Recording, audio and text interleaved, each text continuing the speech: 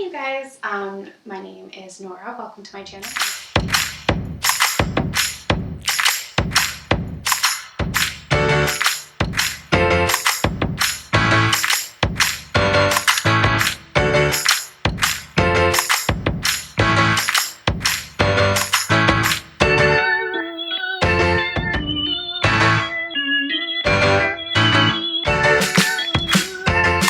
I'm a Cushing's disease survivor with low cortisol, and I do PCOS currently. I'm in remission but not cured from Cushing's.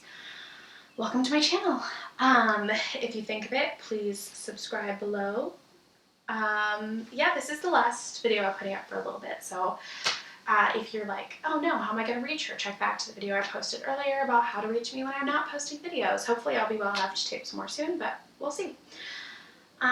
Friendly reminder that I am not a medical professional, so what I'm saying to you is not something you should be taking as medical advice. It's just someone trying to help you out. So today I'm going to talk about what it's like living with a chronic illness. And I'm going to talk about it through the spoon theory. So the spoon theory, and feel free to look it up, but its basis is basically that everybody gets a certain amount of spoons, right? And different things cost different amounts of spoons for people, right? So let's say we all start out with 5 spoons, right? For my partner, showering is like 1/8 of a spoon.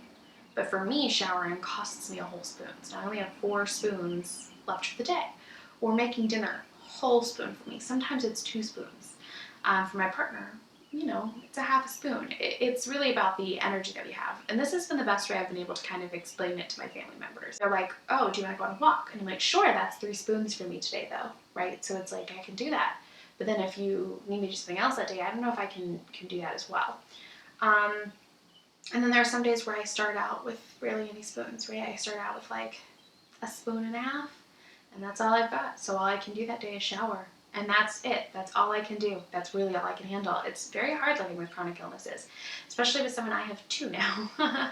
So it's hard. It's really difficult. And I think a lot of times you're like, what am I going to be able to accomplish? Like, what am I going to be able to do? I am a different person.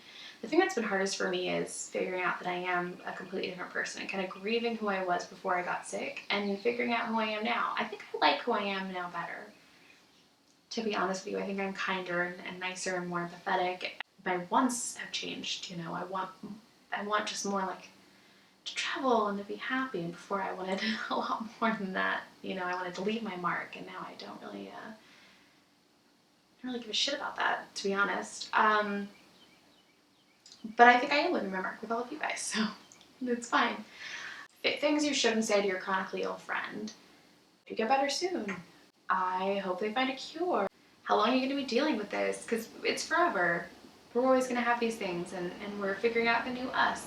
I think that I lost some friends along the way too, because there are people that didn't really want to be there for the new me, or didn't want to get to know the new me, or try to figure it out with me. And I'm figuring it out. I'll get there, but the people that I really want by my side are the people that really give a crap, and who are okay with it, right? Like on the days that I can't do anything besides watch TV. Not that they have to join me all the time, they have their own lives, but to understand that I can't always do the things I could do before. I can't drink anymore.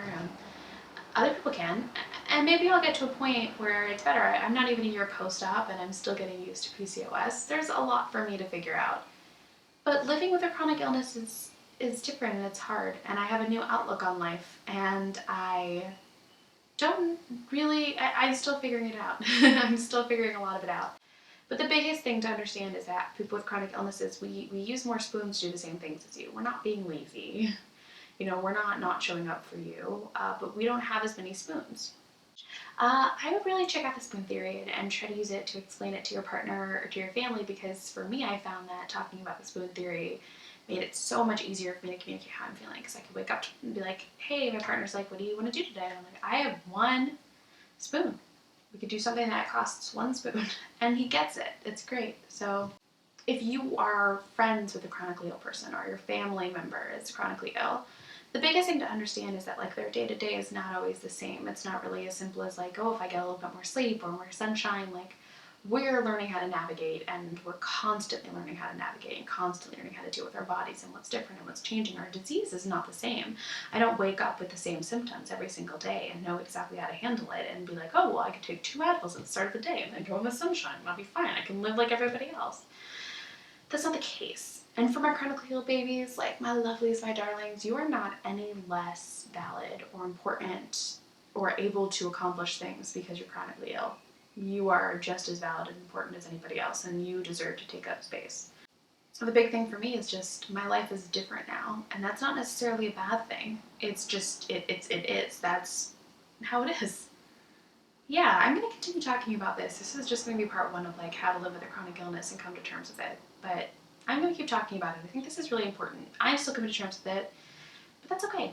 If you want more information on me and you want to follow me and like keep up with me, follow me on TikTok at chronicallyyours_ or on Instagram at chronicallyyours_. Yeah, I love you guys, and I hope that you are doing okay. Have a great until I am able to make a video again.